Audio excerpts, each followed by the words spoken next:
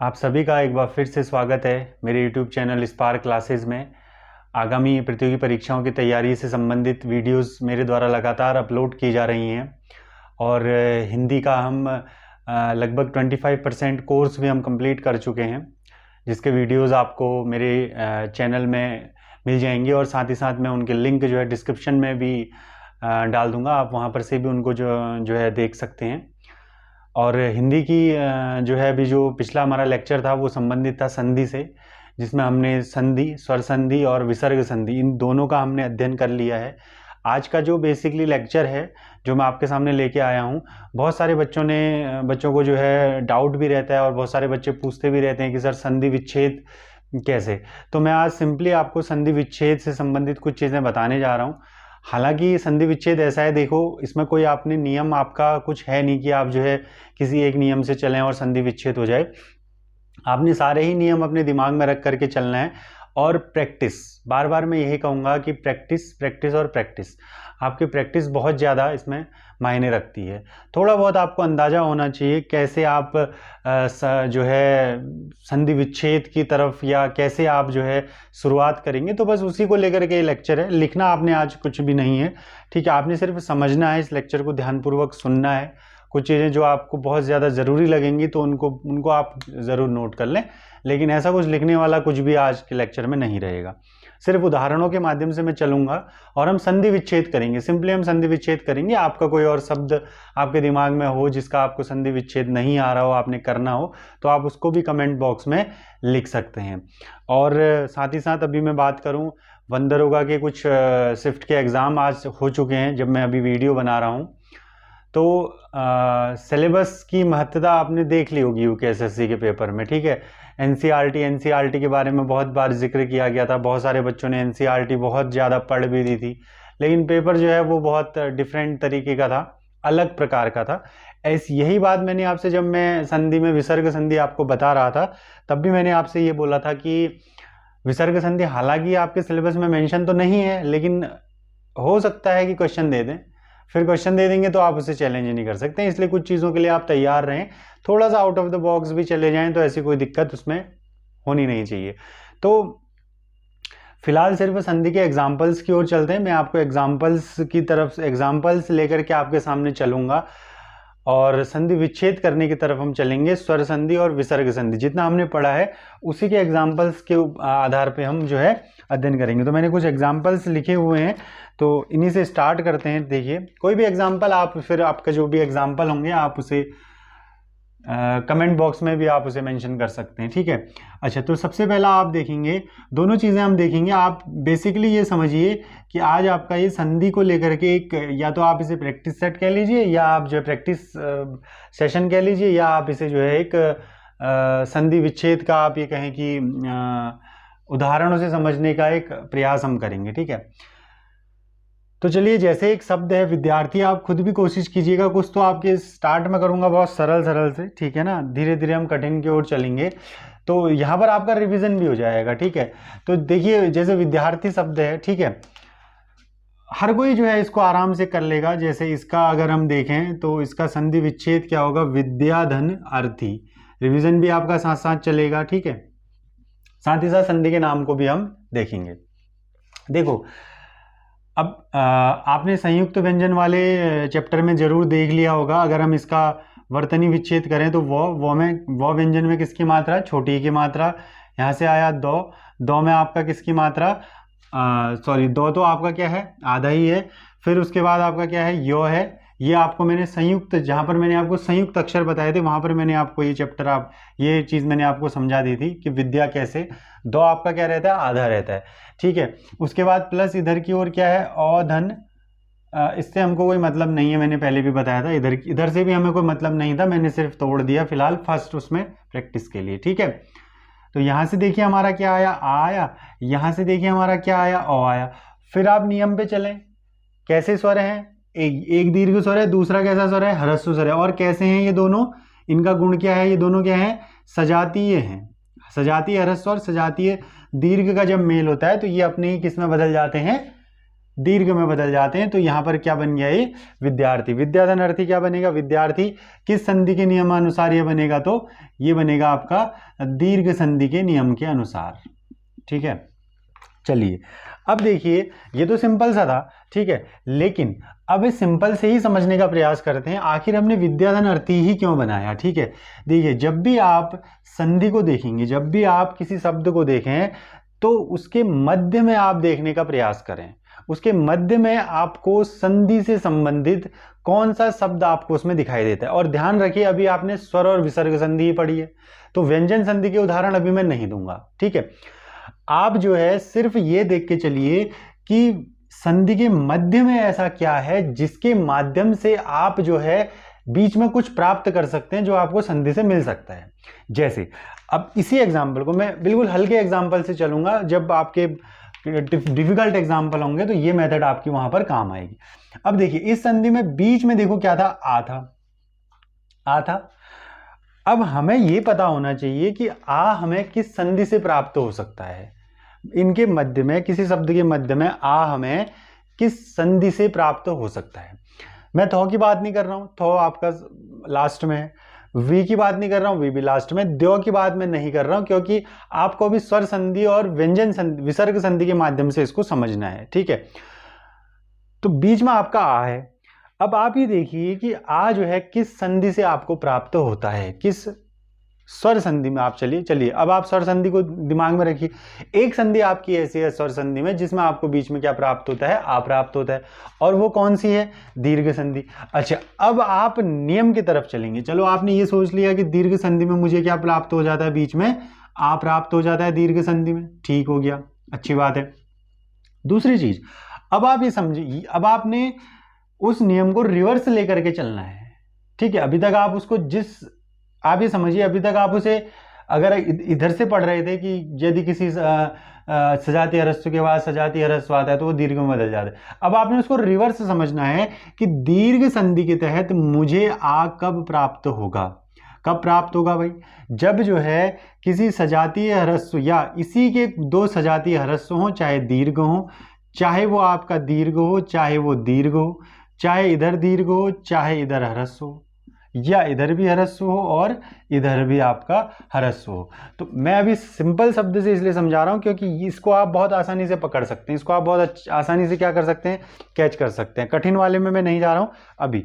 ठीक है, इसी मेथड को कठिन शब्दों में भी अप्लाई करेंगे। ठीक है, तो आपने देखा कि अब मुझे क्या लाना है, मुझे या तो इधर आ लाना है या ओ लाना है, और उधर भी मुझे क्या लाना है, इनका मेल कराना है। तो बस उसी हिसाब से आपने इसे तोड़ दिया विद्याधन अर्थी में। तो ये किसका बन गया, दीर्घ संधि का एक उदाहरण आपका बन गया, और संधि विच्छेद भी आपने बहुत आसानी से कर दिया। अच्छा, अब संधि विच्छेद करते समय किस एक बात का और आपने ध्यान रखना है, तो वो ये है कि जब भी आप शब्दों को तोड़ेंगे, जब आप दो शब्दों को तोड़ेंगे, उन शब्दों में कुछ तो सार्थकता अवश्य होनी चाहिए। ठीक है, ऐसा ही नहीं कि आपने बिल्कुल ही उलट पुलट एक शब्द बना दिया। ठीक है, हालांकि देखो यहां पर विद्याधन अर्थी भी आप करते तब भी वो विद्यार्थी होता। अगर आप विद्याधन अर्थी करते तब भी वो आपका क्या होता, विद्यार्थी होता। लेकिन आपने विद्या करा क्योंकि विद्या से ज्यादा सार्थकता किस शब्द में आ रही है, विद्या में आ रही। मैं ये नहीं कहूंगा कि उस शब्द का पूर्ण अर्थ होना चाहिए, लेकिन उसमें सार्थकता अधिक होनी चाहिए। ठीक है, विद्याधन अर्थी भी आपका हो सकता था, तब भी उस कंडीशन में आपको आ ही मिलता। जैसे अगर आप इसे ना विद्याधन अर्थी में भी तोड़ते तब भी उस कंडीशन में आपको विद्यार्थी मिलता, परंतु उस समय विद्या की सार्थकता विद्या से आपकी क्या है, कम है। ठीक है, इतनी सी बात को आप समझ गए इस एक एग्जाम्पल से। तो अब हम चलते हैं अगले एग्जाम्पल की ओर। ठीक है, चलिए अगला एग्जाम्पल देखते हैं।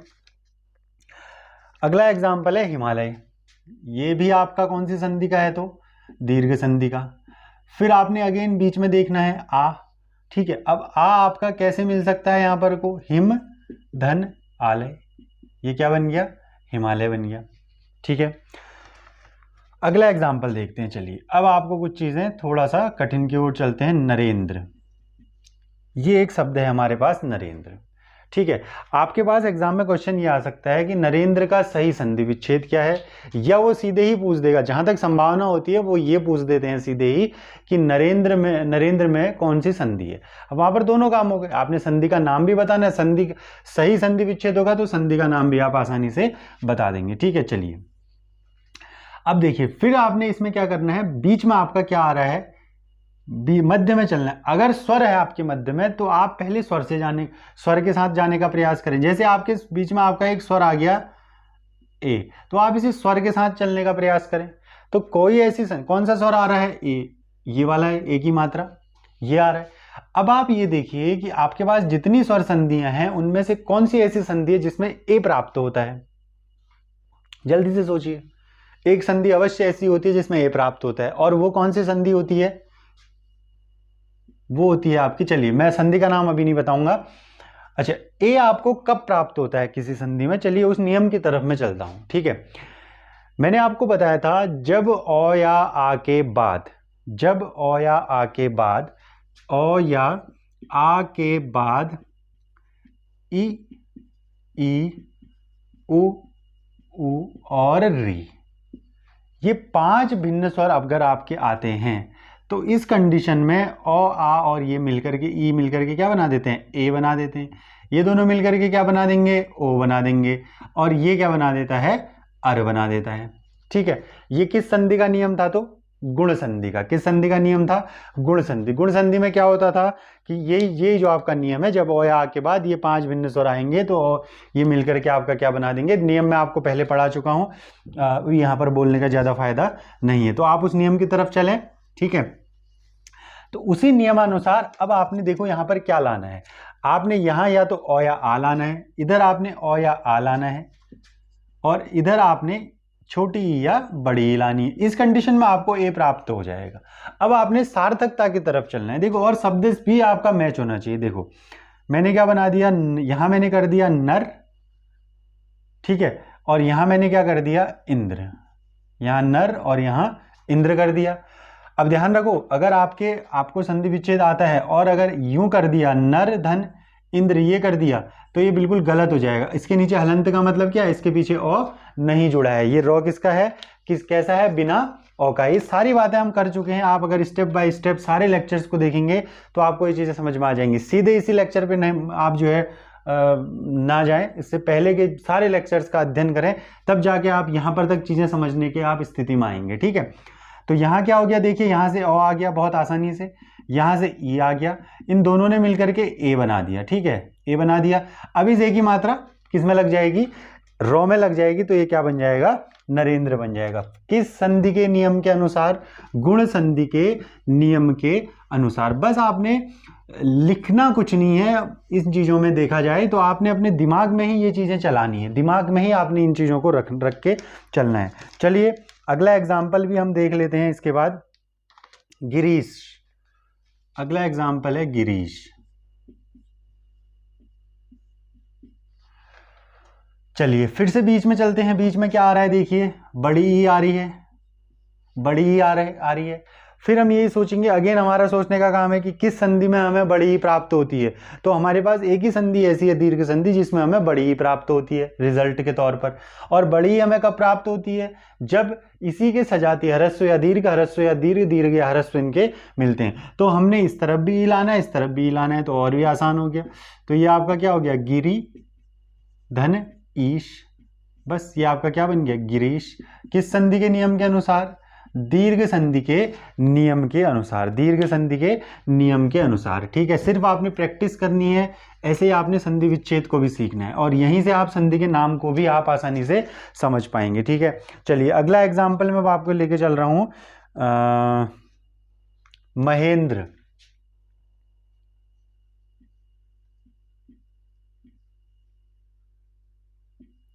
ठीक है, तो फिर से हमें ए लाना है, तो हमने इधर ओ लाना है, महा, इधर हम क्या कर देंगे, महाधन इंद्र। क्या हो जाएगा ये, महाधन इंद्र। किस संधि के नियम के अनुसार, ये भी किस संधि के नियम के अनुसार हो गया आपका, गुण संधि के नियम के अनुसार ये भी क्या हो गया, महाधन इंद्र महेंद्र हो गया। ठीक है, ये भी आपने कर दिया। चलिए अगला देखते हैं एग्जाम्पल। अगला एग्जाम्पल है आप हमारे पास, ज्ञानोपदेश।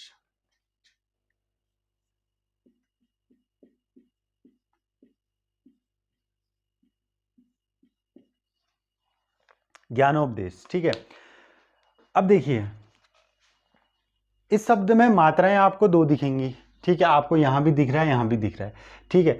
लेकिन आप सार्थकता की तरफ फिर से चलेंगे तो आप पहले यहाँ से एक बार इसको तोड़ने का प्रयास करें, ठीक है। वहां से अगर यहाँ से नहीं टूटेगा तो फिर हम दूसरी तरफ से हम इसको तोड़ने का प्रयास करेंगे।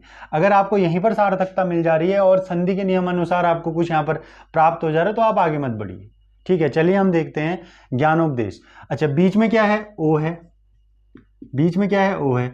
फिर से दिमाग आपने चलाना है कि किस संधि में हमें ओ प्राप्त होता है। तो ओ हमें किस संधि में? गुण संधि में प्राप्त होता है। कब होता है? जब यहाँ ओ या आ हो और दूसरे वाले में हमको क्या हो? छोटा ओ या बड़ा ओ दिख रहा हो। तब उस कंडीशन में क्या हो जाता है? दोनों मिलकर के ओ बना देते हैं और साथ ही साथ क्या होता है? कौन सी संधि हो जाती है? वो गुण संधि हो जाती है। तो अगर इसी संधि के नियम के अनुसार अगर हम इसे तोड़ें तो हमने यहाँ ओ लाना है, ओ या आ। तो ज्ञानोपदेश में इसको हमने क्या तोड़ा? ज्ञान में। धन यहाँ क्या आ गया आपका? उपदेश। ज्ञान धन उपदेश, ठीक है। तो अब देखो, यहाँ देखो, यहाँ से क्या आया? ओ आया, यहाँ से क्या आया? ओ आया।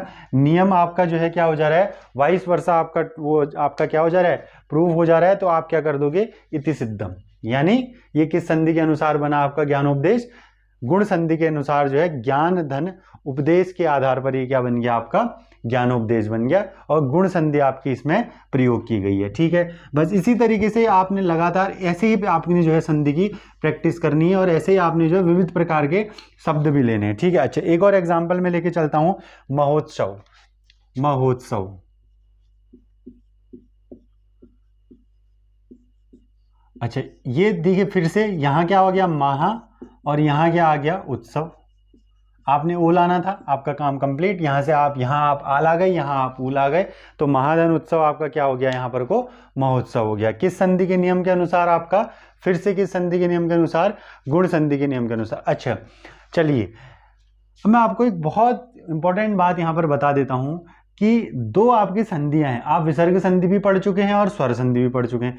दो आपकी संधियां हैं जहां पर को क्या होता है कि मध्य में ओ आता है, जहां पर को ओ बनता है। दो आपकी संधियां हैं, कौन कौन सी?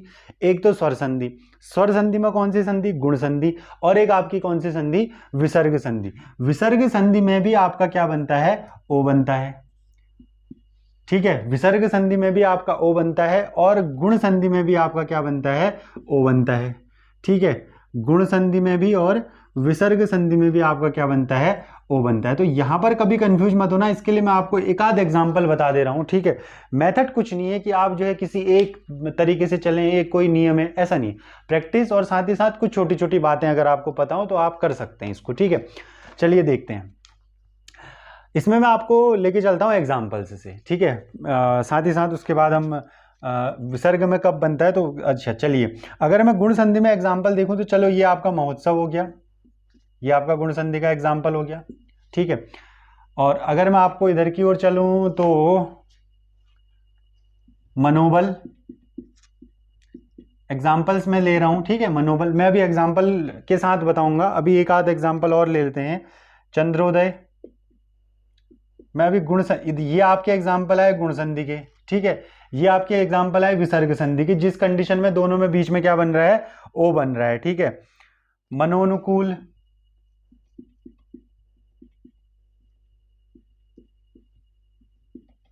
मनोनुकूल, ठीक है। चलिए इन दो से समझने का प्रयास करते हैं, ठीक है। चलिए अगर हम इसको तोड़ें, ठीक है, किस किस को? महोत्सव और चंद्रोदय, महोत्सव और मनोबल को अगर हम तोड़ें। अच्छा, विसर्ग संधि में ओ कब आता है? मैंने आपको पिछले जो लेक्चर था उसमें विसर्ग संधि बताई है, उसमें मैंने बताया कि जब किसी विसर्ग से पहले अ हो, विसर्ग से पहले अ हो, उसके बाद आपका किसी भी वर्ग का दूसरा तीसरा चौथा या कोई स्वर आए और साथ ही साथ जो है ह आए, तो उस स्थिति में आपका क्या हो जाता है? विसर्ग किस में बदल जाता है? ओ में बदल जाता है। आप इसके लिए देखें विसर्ग संधि से संबंधित जो मैंने आपको लेक्चर प्रोवाइड करा है उसको जरूर देखें। चलिए मैं फिलहाल बात कर रहा हूं कि गुण संधि और विसर्ग संधि में अंतर हमने कैसे करना है, ठीक है। दोनों के बीच में आपने क्या आएगा? ओ आएगा। तो चलिए इसको अगर हम तोड़ें, हमने इसको तोड़ा महाधन उत्सव के आधार पर, ठीक है। और इसको हम तोड़ेंगे मनहधन बल के आधार पर, ठीक है। अब देखिए अगर आप इसे सोच के चलें कि मैं इसे विसर्ग संधि के आधार पर तोड़ता हूं तो ये आपका, आप इसे कैसे तोड़ेंगे, देखिए मनः धन मह, मह धन उत्सव। अब इस शब्द की कोई सार्थकता नहीं होती है, ठीक है। देखिए नियम कोई नहीं है, आपने शब्द की सार्थकता को समझना है। महा से, महा और मह में अधिक सार्थकता किसकी है, महा की है, तो हम इसको बनेगा, इस कंडीशन में भी वही बनेगा। परंतु ये संधि के, जब आप शब्द देखेंगे शब्दों की सार्थकता इन दोनों में से ज्यादा किसकी है, महा की है। तो हम इसको किस संधि के आधार पर तोड़ेंगे, गुण संधि के आधार पर हम इसे तोड़ेंगे। ये सिर्फ समझने की कुछ तकनीकियां मैं आपको बता रहा हूं, तकनीक। अब देखिए मनोबल में हम आए, अब मैंने इसे मनाधन बल में तोड़ दिया, ठीक है। अब आपका सवाल आ सकता है आपके दिमाग में कि इसको हम गुण संधि के नियम के अनुसार भी तो तोड़ सकते थे। तो गुण संधि के नियम के अनुसार अगर मैं इसे तोड़ूंगा तो यहां तो मैं चलो मन बना दिया, मैंने मन लिख दिया। अब इधर मैंने ओ लाने के लिए क्या लिखना पड़ेगा, उबल, मन प्लस उबल। अब बताइए आप सार्थकता, तो मन धन उबल, इसकी सार्थकता ज्यादा है या मना धन बल की, आप ये बल ज्यादा सार्थक है या उबल ज्यादा सार्थक, सार्थकता किस शब्द की ज्यादा है आपकी, बल शब्द की अधिक है। तो आप इसे किस संधि के नियम से तोड़ेंगे, आप इसे तोड़ेंगे विसर्ग संधि के नियम के अनुसार। बस ऐसे ही आपने इसे पहचानना है, ठीक है। आपकी प्रैक्टिस और बाकी आपके जो है आपका पढ़ा हुआ है यहीं पर अब काम आएगा, ठीक है। अच्छा देखते हैं अगला, चंद्रोदय। अब ठीक है, मैंने चंद्रोदय को हम चलेंगे गुण संधि के नियम के अनुसार, तो यहाँ क्या बना चंद्र और यहाँ क्या बना उदय, चंद्र धन उदय बन गया, ठीक हो गया। अब देखिए जो सीधे इसी लेक्चर को देख रहा है ना उसको समझ में नहीं आएगा उतना, जिसने पहले से लेक्चर के साथ जो बने हुए हैं उनको ये चीजें बहुत आसानी से समझ में आ जाए। बहुत आसानी से हमने इसको क्या बना दिया, चंद्रोदय बना दिया, बहुत आसानी से, ठीक है। अच्छा अगर मैं इसी पे, अगर मैं एक्सपेरिमेंट करने पे उतर जाऊं कि चलो ठीक है, नहीं मैं जो है इसको विसर्ग संधि से भी तोड़ूं, तो अब आपने इसे चंद्र की जगह क्या बनाना पड़ेगा, चंद्र, क्या बनाना पड़ेगा, चंद्र धन उदय, समझ रहे। तो सार्थकता किसकी ज्यादा हो गई, गुण संधि की सार्थकता ज्यादा है, तो गुण संधि विसर्ग संधि पे क्या रहेगी, इस समय हावी रहेगी। अच्छा मनोनुकूल में हम चलें तो मन धन अनुकूल, या आप मनाधन अनुकूल कहेंगे या आप इसे कहेंगे मन धन अनुकूल, ठीक है। तो सार्थकता किसकी आ गई, विसर्ग संधि की आ गई। तो ये ध्यान रखिए, ओ आपका दो संधियों में बनेगा, एक विसर्ग संधि में बनेगा, दूसरा आपका स्वर संधि की आपकी जो है गुण संधि में भी क्या बनेगा, ओ बनेगा। परंतु आपने जो है सार्थकता के सहारे इसको क्या कर देना है, आसान कर देना है, समझते हुए चलना है, और सार्थकता के सहारे आपने जो है शब्दों को जो है तोड़ तोड़ के समझ लेना है, ठीक है। चलिए मैं मान के चल रहा हूं कि आप ये एग्जाम्पल भी समझ गए, ठीक है। चलिए अगले एग्जाम्पल पे हम चलते हैं। अगला एग्जाम्पल है आपका सदैव, अगला एग्जाम्पल है आपका सदैव। चलिए बीच में मात्रा पे हम चलते हैं, सदैव की मात्रा अगर हम देखें तो मात्रा क्या है, इसमें आई की मात्रा है।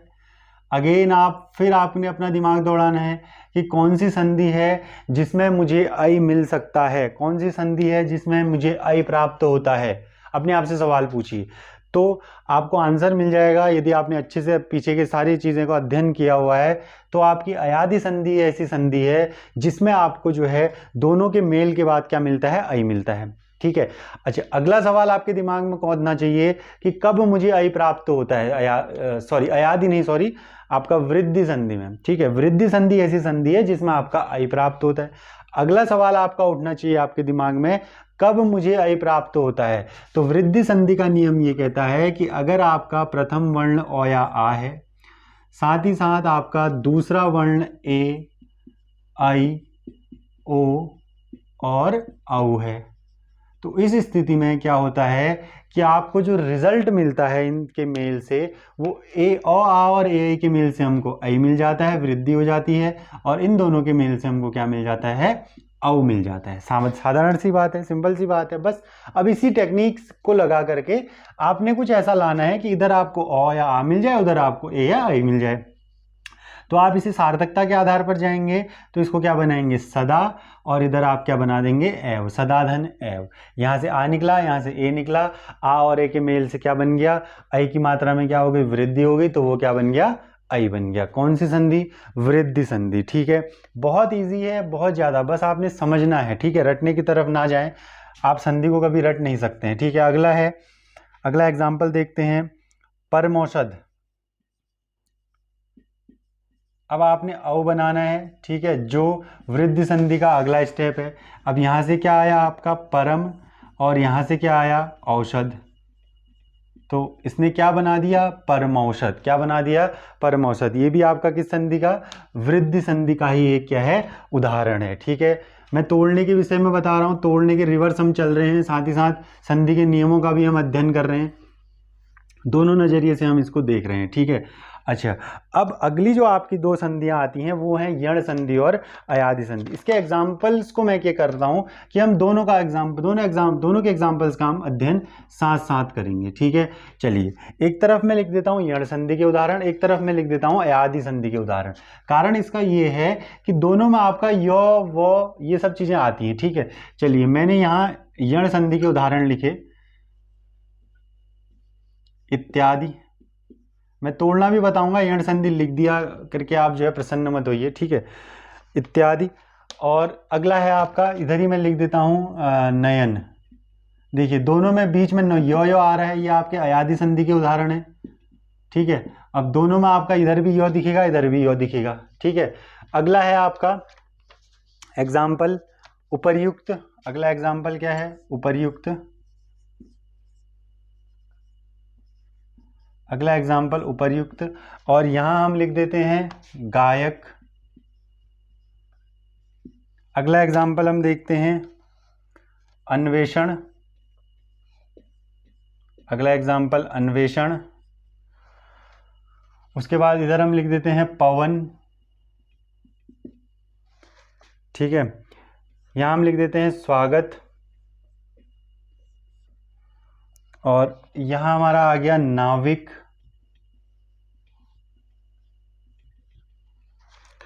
ठीक है, चलिए, पहले इनसे समझने, इन चार एग्जाम्पलों से समझने का हम प्रयास करते हैं। ठीक है, देखो, मैं अब ये नियमों की तरफ भी चल रहा हूं। यण संधि क्या कहती है कि जब ई ई उ और री के बाद कोई भिन्न स्वर आता है, ध्यान से समझिएगा, जब ई उ और री के बाद कोई भिन्न स्वर आता है तो यण संधि होती है।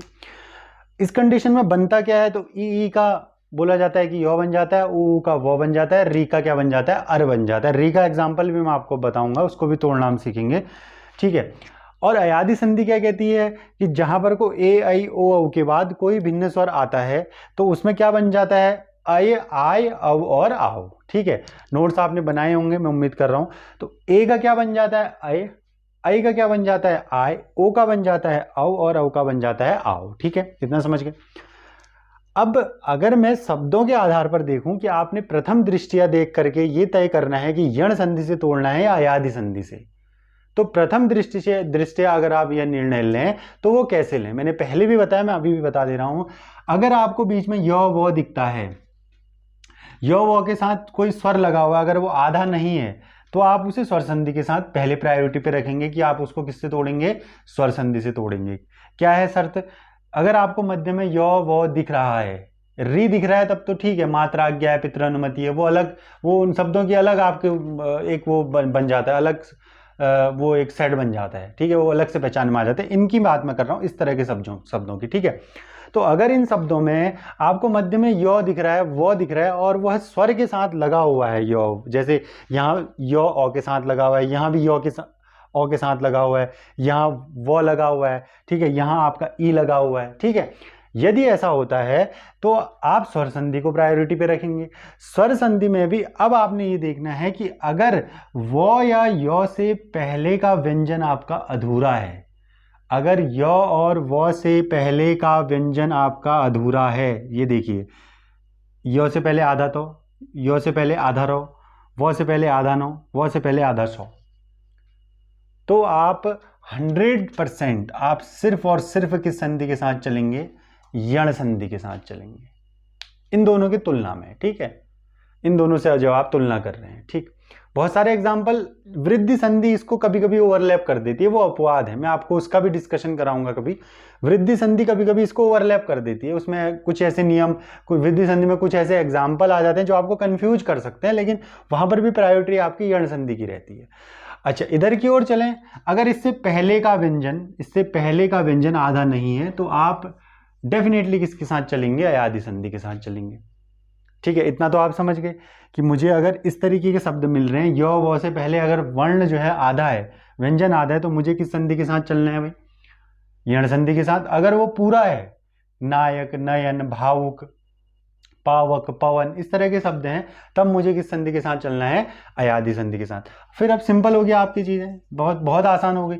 अब यण संधि में य कब बनता है? जब ई बड़ी ई या छोटी ई के बाद कोई भी भिन्न स्वर आता है। तो यानी आपका डेफिनेट है कि पहला वर्ण तो आपने क्या रखना है? छोटी ई या बड़ी ई रखना है, तो आपने इसे क्या रख दिया? इति धन। इस तरफ हम चले तो य की मात्रा को देखेंगे।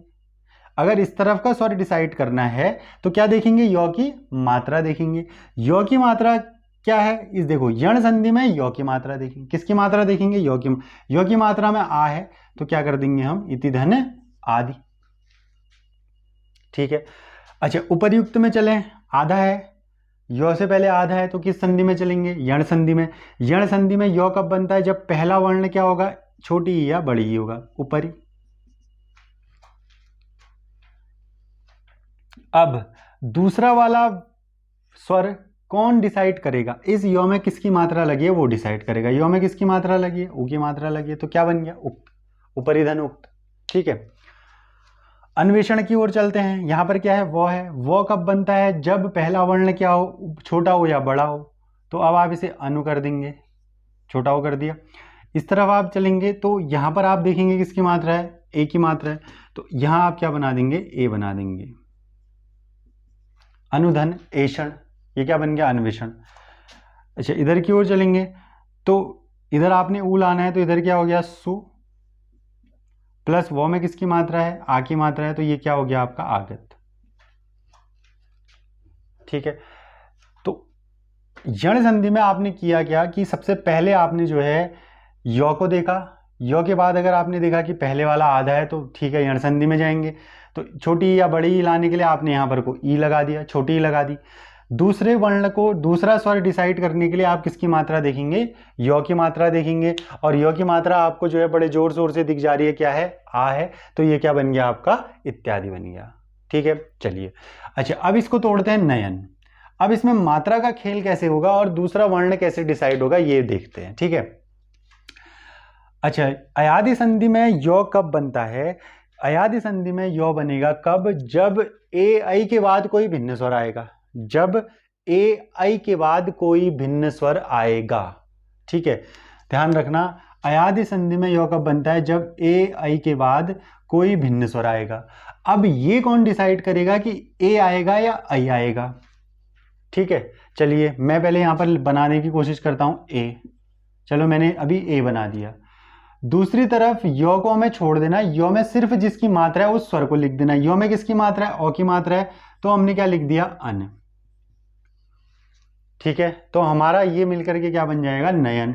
ये दोनों मिलकर के क्या बना देंगे? आय बनाएंगे। ये दोनों मिलकर के क्या बना देंगे? आय बना देंगे। अब देखिए, यहां पर हमें गायक बनाना है। ठीक है, ये य क्या डिसाइड करेगा? ए आई ओ में से क्या होगा? ए आई होगा। इस य ने क्या डिसाइड करा? या तो ए होगा या आई होगा। अब आप देखेंगे इस य से पहले का जो व्यंजन है, इसमें मात्रा किसकी लगी है? इसमें देखो, मात्रा किसकी लगी है? आ की लगी है। इसमें मात्रा किसकी लगी थी? ओ की लगी थी। जहां पर यदि ओ या आ, अगर मात्राओं से समझे, जहां पर यदि ओ की मात्रा लगी होगी तब उस कंडीशन में आप ए लाएंगे आगे पे, और अगर आ की मात्रा लगी होगी यो से पहले तो उस कंडीशन में आप क्या लाएंगे? आई लाएंगे। तो अगर मैं इसको तोड़ूंगा तो अब ये हो जाएगा क्या? गय धन अक। ये क्या बन जाएगा? गय धन अक। बहुत सिंपल है, आपने सिर्फ कंसंट्रेशन करना है, कंसंट्रेट रखना है खुद को नियमों पे। थोड़ा सा आपने जो है एक तरह से कहें कि नियमों को बहुत अच्छे से समझना है। ठीक है, और नियम को अप्लाई करना है। देखो रटना क्या है कि आपको बुक्स में तो मिल ही जाएंगी ये चीज़ें, लेकिन आपको अप्लाई करना आना चाहिए कि मैं अप्लाई कैसे करूं इस चीज़ को, ठीक है।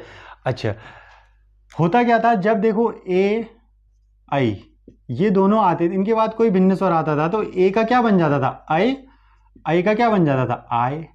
अब देखो अगर आपने आय बनाना है, देखो गायक में आय बना तो आय बनाने के लिए आपने आई लाना था, यहां पर केवल ए बना तो आपने ए ही लाना था यहां पर को।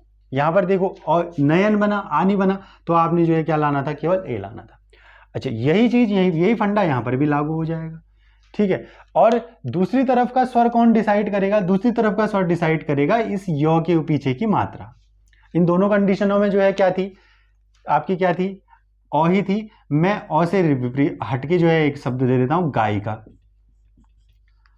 अब देखो कैसे, आपने दिमाग लगाना है, क्या सोचना है, यो से यो है, यो से पहले का पूरा है तो अयादी संधि में चलेंगे। अयादी संधि में यो कब बनता है, जब ए आई पहला हो।